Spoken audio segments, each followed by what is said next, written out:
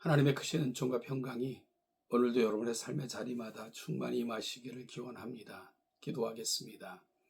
하나님 아버지 주신 하루를 말씀으로 하나님의 거룩한 은혜를 구하며 또한 시작을 합니다.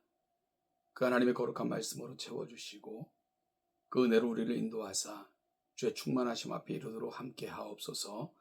오늘도 맡기며 예수님의 이름으로 기도하옵나이다. 아멘. 오늘 보신 하나님의 말씀은 디모데후서 1장 9절로 18절까지입니다. 디모데후서 1장 9절로 18절을 같이 읽겠습니다. 하나님이 우리를 구원하사 거룩하신 소명으로 부르심은 우리의 행위대로 하심이 아니요 오직 자기의 뜻과 영원 전부터 그리스도 예수 안에서 우리에게 주신 은혜대로 하심이라. 이제는 우리 구주 그리스도 예수의 나타나심으로 말미암아 나타났으니 그는 사망을 패하시고 복음으로써 생명과 썩지 아니할 것을 드러내신지라.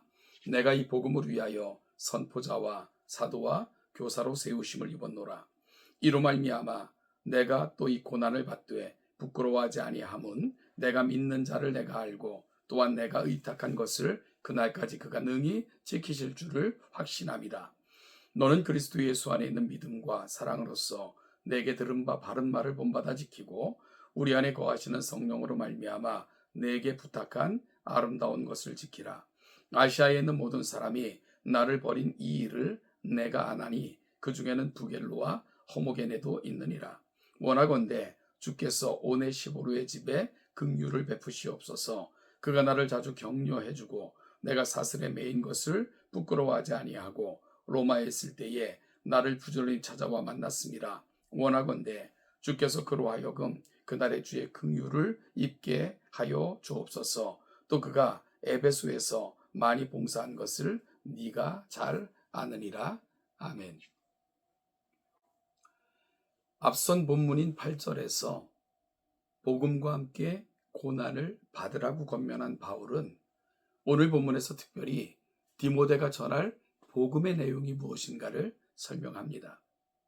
그것은 우리의 행위대로가 아닌 오직 하나님의 거룩한 뜻과 영원 전부터 그리스도 예수 안에서 우리에게 주신 은혜를 전하는 것입니다.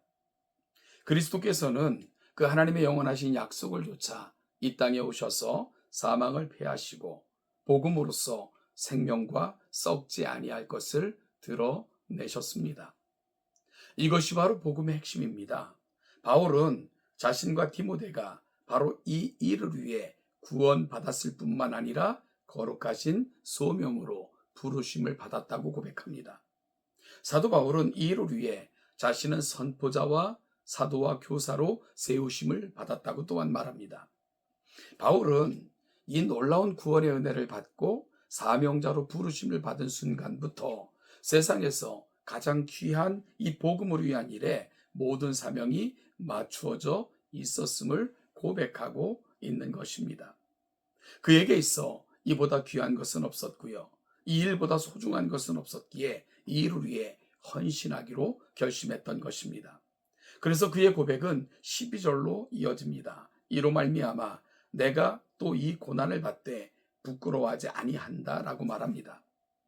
여러분, 그런데 이런 삶을 살게 된 결정적인 이유가 있었습니다. 그리고 이것이 너무나도 소중한 고백인데요. 사도 바울은 이렇게 고백합니다. 내가 믿는 자를 내가 알고 또한 내가 의탁한 것을 그날까지 그가 능히 지키실 줄을 확신하노라. 결국 사도 바울이 이런 삶을 결정할 수 있었던 것은 그가 주님을 만났기 때문입니다. 사도 바울은 자신이 믿는 그분이 누군가를 분명하게 알았습니다. 그리고 자신이 의탁하는 바를 반드시 성취하시고 도우실 분이심을 신뢰하며 확신했습니다. 이것이 그분께 자신의 삶을 맡길 수 있었던 이유였습니다. 우리가 어릴 적에 뒤로 넘어지는 놀이를 하곤 했습니다. 나무 토막이 넘어가듯 뒤로 곧게 넘어지는 놀이입니다. 그런데 그게 그리 쉽지 않습니다. 두렵고 떨리고 불안이 엄습합니다. 나의 뒤에서 나를 견고하게 붙들어줄 이에 대한 확신이 조금이라도 흔들리면 결코 할 수 없는 놀이입니다. 여러분, 그런데 놀라운 것은 다리를 굽히지 않고 곧게 뒤로 넘어가야 뒤에서 붙들어주는 사람은 오히려 편하게 그를 붙들 수 있다는 것입니다. 조금의 의심이라도 있어 다리를 굽히거나 뒤를 돌아보는 순간, 더 위험한 순간에 이룰 수 있는 것이 바로 뒤로 넘어지는 놀이가 갖고 있는 국면입니다. 사도 바울의 고백이 가는 자리가 이것입니다. 그는 확실히 완전히 그의 뒤에서 보호하시고 지키실 분을 알았기에 그의 삶을 온전히 맡길 수 있었던 것입니다. 사랑하는 여러분, 혹시 우리는 여전히 내게 하나님이 그런 분이신 것을 믿지 못하고 있는 것 아닙니까? 그래서 내 몸을 온전히 맡기지 못하는 것은 아닙니까? 오늘 내가 살아가는 삶이 어정쩡하여 오히려 주님을 더욱 힘들게 하고 있는 것은 아닌가를 내가 그분을 알고 그분이 나를 지키시며 보호하실 것을 분명히 알기에 내 삶을 맡길 수 있었다 고백했던 사도 바울의 고백이 오늘 저와 여러분들에게 귀한 도전이 되는 복된 아침 되기를 간절히 소원합니다. 사도 바울은 자신의 이 고백을 들려준 후 디모데에게도 믿음과 사랑으로 주님께 반응하고 주님께서 맡겨주신 그 복음, 그 아름다운 것을 지킬 것을 주문할 수 있었던 것입니다. 내가 믿어야 남에게 부탁할 수 있습니다. 내가 믿고 확신하는 것을 남에게도 지키라고 권면할 수 있습니다. 이 귀한 믿음의 도위에 함께 세워져가는 우리 동천교회가 될 수 있기를 간절히 기도합니다. 이어지는 15절 이하에서는 복음을 저버리고 떠난 사람과 고난 가운데서도 끝까지 복음에 붙들림 바 되어 그렇게 살았던 사람들이 소개되고 있습니다. 아시아에 있는 사람들 중에 부겔로와 허모게네는 바울을 버렸습니다. 아마도 그에게 복음을 받았지만 그가 당하는 고난을 보고서는 결국은 그를 떠났던 것으로 보입니다. 또한 예수를 믿음으로 말미암아 닥치는 많은 시련 앞에서 견디지 못하고 예수를 버린 것으로 보입니다. 반면 오네시보로는 감옥에 갇힌 바울을 부끄러워하지 않았고요. 그를 자주 찾아가 격려해 주었고 심지어 로마에 있을 때는 부지런히 사도 바울을 찾아 만나주는 수고를 아끼지 않았습니다. 그런가 하면 그는 에베소 교회를 위해서도 너무나도 귀한 복음의 일꾼이었습니다. 사도 바울은 이런 그를 귀히 여겨줄 것을 디모데에게 부탁합니다. 주께서 그로 하여금 그날에 주의 긍휼을 입게 하여 주신 것을 또한 그는 간절히 기도하고 있는 것을 발견하게 됩니다. 오네시보르는 사도 바울에게 있어서는 고난 중의 위로였고요. 캄캄한 밤과 같은 시간 속에 한 줄기 빛이었고 감사와 감격의 이유가 되어줬던 사람이었습니다. 결국 우리 곁의 사람들은 두 부류의 사람들입니다. 부겔로와 허모게네.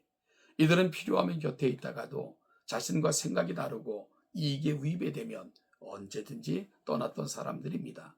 반면에 오네시보로는 절망 중에 위로였고 소망이었고 도움이었고 기쁨이었습니다. 사랑하는 여러분, 우리는 누군가에게 어떤 인생입니까? 또한 주님께서 우리를 누군가에게 소개할 때 우리를 뭐라고 소개하실까요? 나는 부겔로와 허모게네와 같은 사람일까요? 아니면 오네시보로와 같은 사람으로 주님께서 우리를 소개해 주실까요? 교회는 오네시보로와 같은 사람들이 많아져야 됩니다.